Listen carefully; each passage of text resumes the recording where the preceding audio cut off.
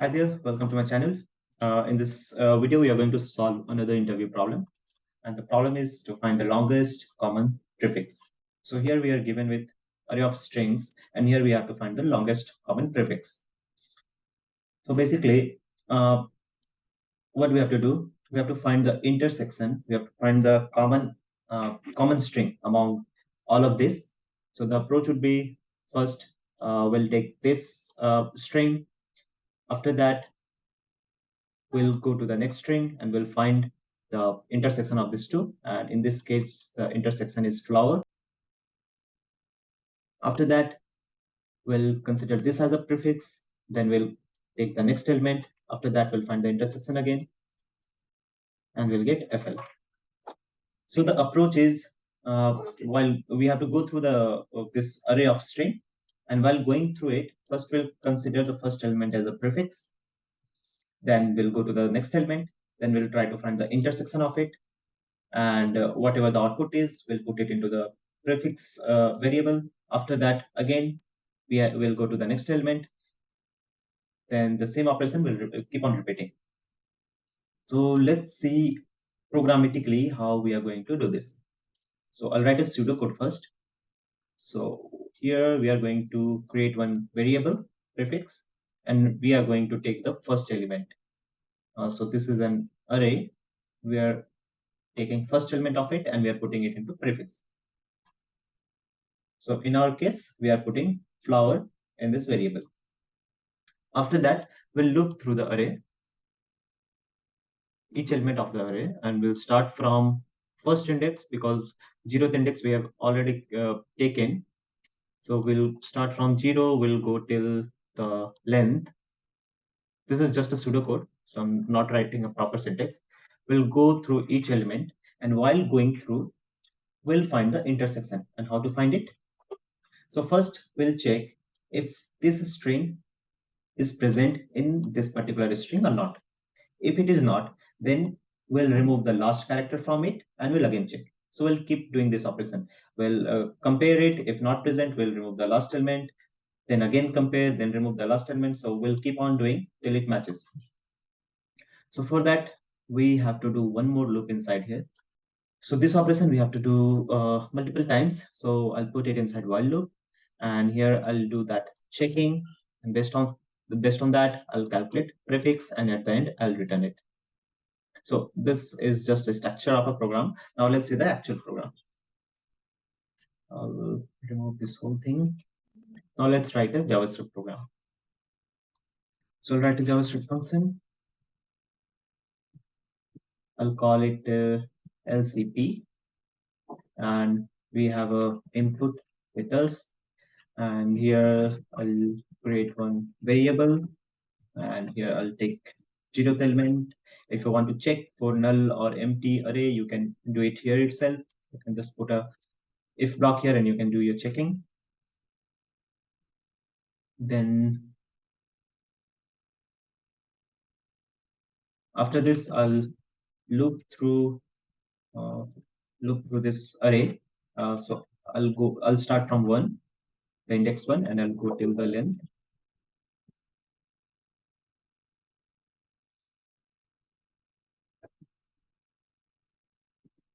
And while doing so, we have to do this following operation. We have to check this particular string is present here or not. If not, we have to remove the last character from this prefix string and we have to recheck.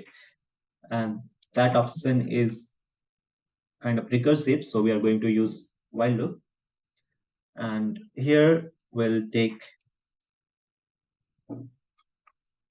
a string of I, that is the flow, the second string.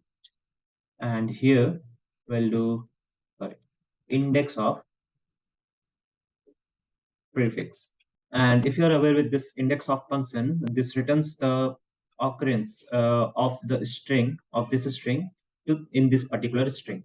So if it exists, it will return the index of the occurrence. Otherwise, it will give you -1. So in our case, we are expecting it to be 0 because here we are doing prefix search. So whatever prefix will be, it will start from 0th index. So we are comparing with 0. If the index is 0, that means we are fine. but here we have to check not condition, because in this case this two doesn't match. So obviously it will be not condition. We don't have to handle equal to, we have to handle not equal to. And in this case we are going to update our prefix. And to do so, we will use inbuilt function. We have substring, substr, slice. So whichever you want to use, I'll use substr, and I'll take it from 0th index till the 10th, and I'll reduce it by 1. So in our case, we had flower earlier, but now we made it flowe.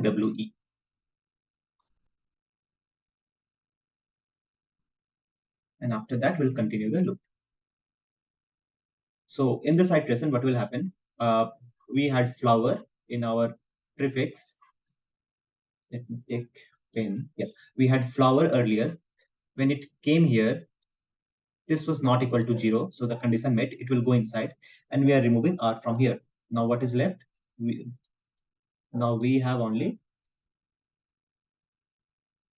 flow. We have removed r.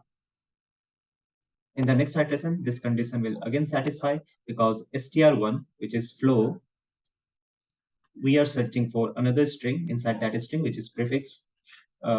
We are searching for flowe inside of this. So this condition fails, it will again go inside. We'll remove e and assign it to prefix. Then again we'll check it. In the third iteration, this will satisfy. This will not. This won't satisfy. This won't go inside. So the for loop will continue for the next string. So it will just increment the I value, and it will start doing the same operation what we did with the flow to this particular string. So let's continue our program. So after this, we just have to close the for loop, and at the end, we are going to return the prefix. So this is the whole program. Yeah, so this was the simple program where at the end I'm returning the prefix. Now let's see another example. Let's see if we have a two string. Let's suppose we have dog and cat. So let's run through this program, how this happens, how this program works on this input. And we also have to make sure that if there is no prefix string, we have to return an empty string. So let's run through this one. So here, let me take some other color. Yeah. So here we are considering this as a prefix in this line. After that, we are running through each element. That means we are starting from here. We took this one, and here we are matching it. We are doing cat.index of dog, which is obviously not equal to 0. So the condition satisfies, it will go inside. Then we are doing this particular operation. We are taking this string, we are removing the last element. Now, whatever is left, we are assigning it to prefix again, to the prefix. And again, we are going through the loop. And next time, again, we are doing the same operation. This do doesn't fall under this cat. We'll again remove o, then d is left. Again, d will be removed. Then empty string will be here, which will be assigned to prefix. And at the end, what we have inside this prefix, we have empty string, which will be returned. So this function will cover all the scenarios. Only thing is here I have not put a null check or empty string check, empty array check. You can put it there. Otherwise, this is fine. And if you talk about the time complexity, you can see we have one for loop which will run for an order of length. That means order of n. I'm considering the length as n. And we have another loop, but we are not sure of that how long this will run.